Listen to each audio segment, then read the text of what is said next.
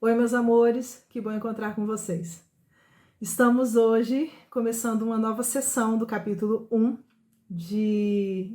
da segunda parte de O Livro dos Espíritos. A segunda parte trata do mundo espírita ou mundo dos espíritos e o capítulo 1 trata dos espíritos. Hoje nós vamos conversar sobre o perispírito. Pois é. O que é isso, Rogéria? Vamos tentar entender um pouquinho junto com as explicações de Kardec. Questão 93. O espírito, propriamente dito, nenhuma cobertura tem, ou como pretendem alguns, está sempre envolto numa substância qualquer. Porque lá atrás, quando a gente falou sobre forma e ubiquidade dos espíritos, teve um momento em que Allan Kardec perguntou sobre se existe alguma forma delimitada, e os espíritos disseram que para nós não, para eles existe, mas que a gente poderia, por enquanto, entender essa ideia da forma do espírito como sendo uma chama, uma centelha, uma luz. A ideia seria mais ou menos essa. Mas só que a maior parte dos médiuns, quando veem os espíritos, não veem uma chama, uma luz, uma centelha, eles veem uma forma específica.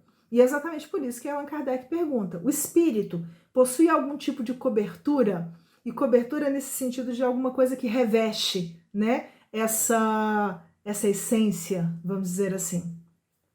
Os espíritos respondem o seguinte: envolve-o uma substância vaporosa para os teus olhos, mas ainda bastante grosseira para nós. Assaz vaporosa, entretanto, para poder elevar-se na atmosfera e transportar-se onde queira.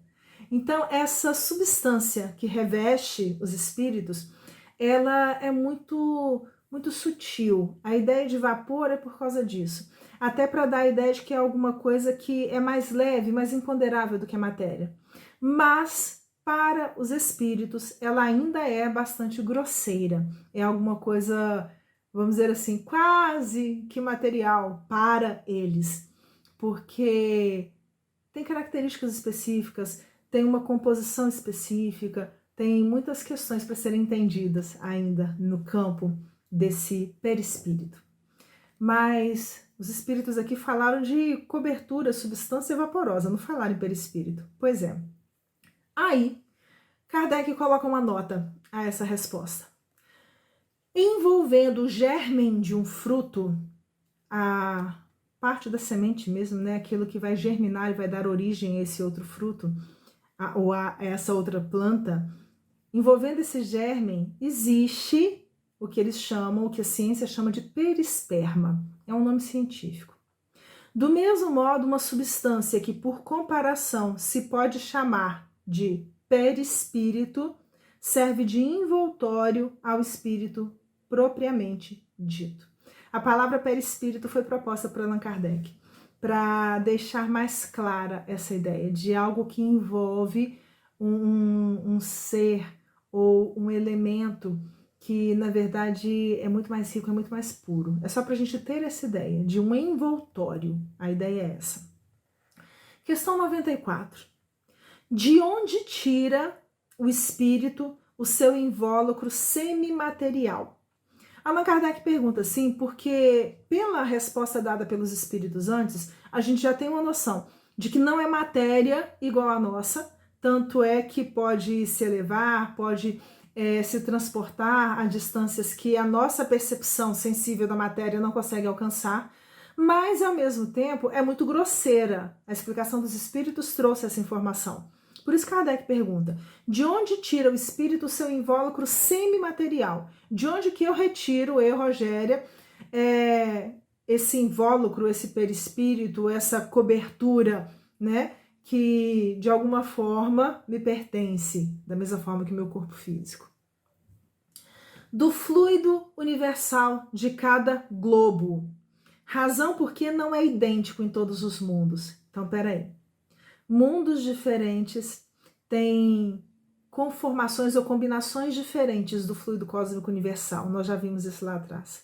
As combinações do fluido cósmico universal são infinitas. Cada planeta pode apresentar composições diferentes.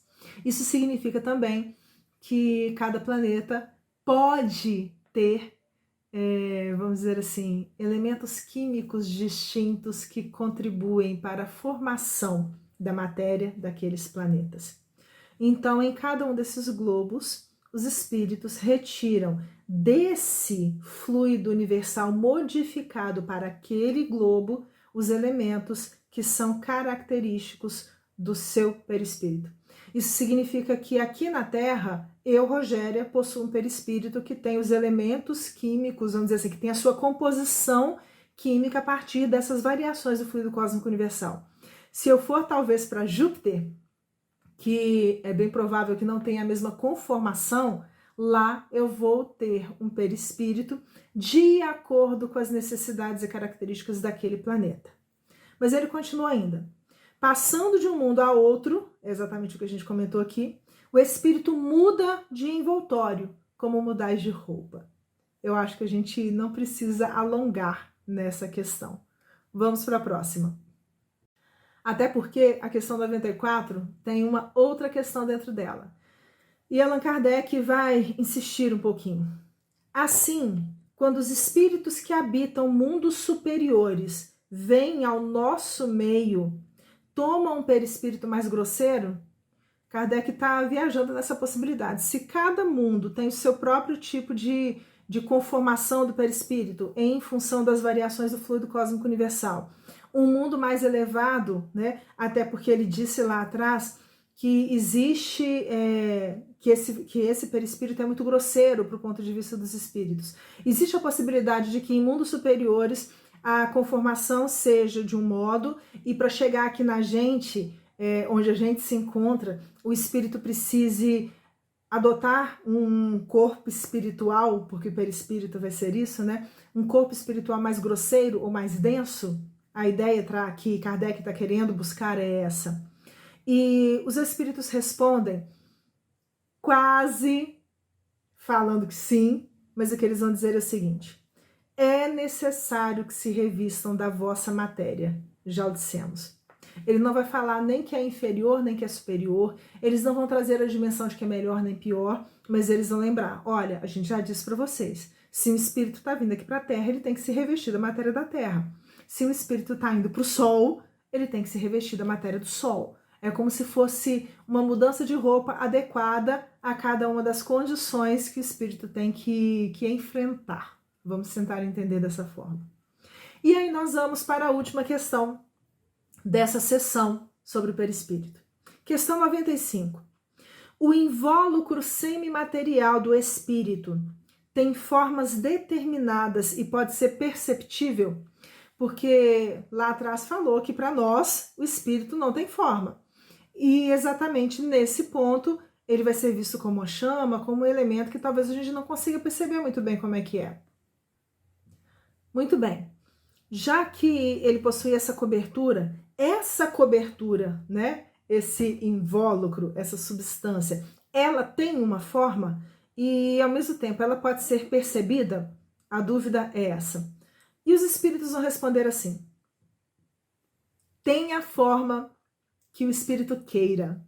Então nós, enquanto espíritos, podemos, é claro, à medida em que a gente for desenvolvendo essa capacidade, dar ao nosso perispírito a forma que nós achamos mais interessante, ou mais conveniente, ou mais cara ao nosso coração. É assim que este vos aparece algumas vezes, quer em sonho, quer em estado de vigília, e que pode tomar forma visível, mesmo palpável. O que os espíritos estão querendo dizer aqui é que quando a gente, por exemplo, num sonho, sonhamos com alguém que já tenha desencarnado, o que nós vemos, na verdade, a percepção que nós temos é dessa forma, desse corpo espiritual. Ao mesmo tempo, numa situação de vidência em que o médium consegue perceber um espírito à sua frente, ver esse espírito, né? Ele vai ver essa forma que é o perispírito. Ou de outro modo, nas sessões de materialização, que eram muito frequentes naquela época de Kardec, o que era materializado, na verdade, era o perispírito e não o espírito. Ele se tornava visível através da materialização do seu perispírito. mas isso é assunto para muitas outras conversas. Por hoje, nós ficamos por aqui.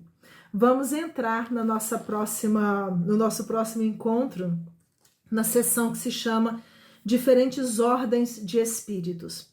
E aí eu já vou pedir para vocês paciência, porque é uma sessão um pouquinho longa. Terão algumas perguntas que nós tentaremos, ao invés de lê-las na íntegra, trazer como se fosse o entendimento dessas questões para a gente não estender demais. E ao mesmo tempo a gente deixa o convite para que vocês se debrucem com mais atenção, se for necessário, e provavelmente vai ser necessário, no texto em si. Lembrando sempre que a gente está aqui propondo um exercício de compreensão conjunta. As nossas conversas não eliminam a necessidade da gente buscar o texto. Muito pelo contrário. Até porque tem coisas que eu vejo, né, que talvez vocês vejam diferente. Como também pode ter coisas que eu não consigo alcançar e que vocês já estejam alcançando. Qualquer dúvida, qualquer reclamação, coloque nos comentários que nós teremos toda boa vontade e muita alegria em responder. Um beijo grande no coração de vocês.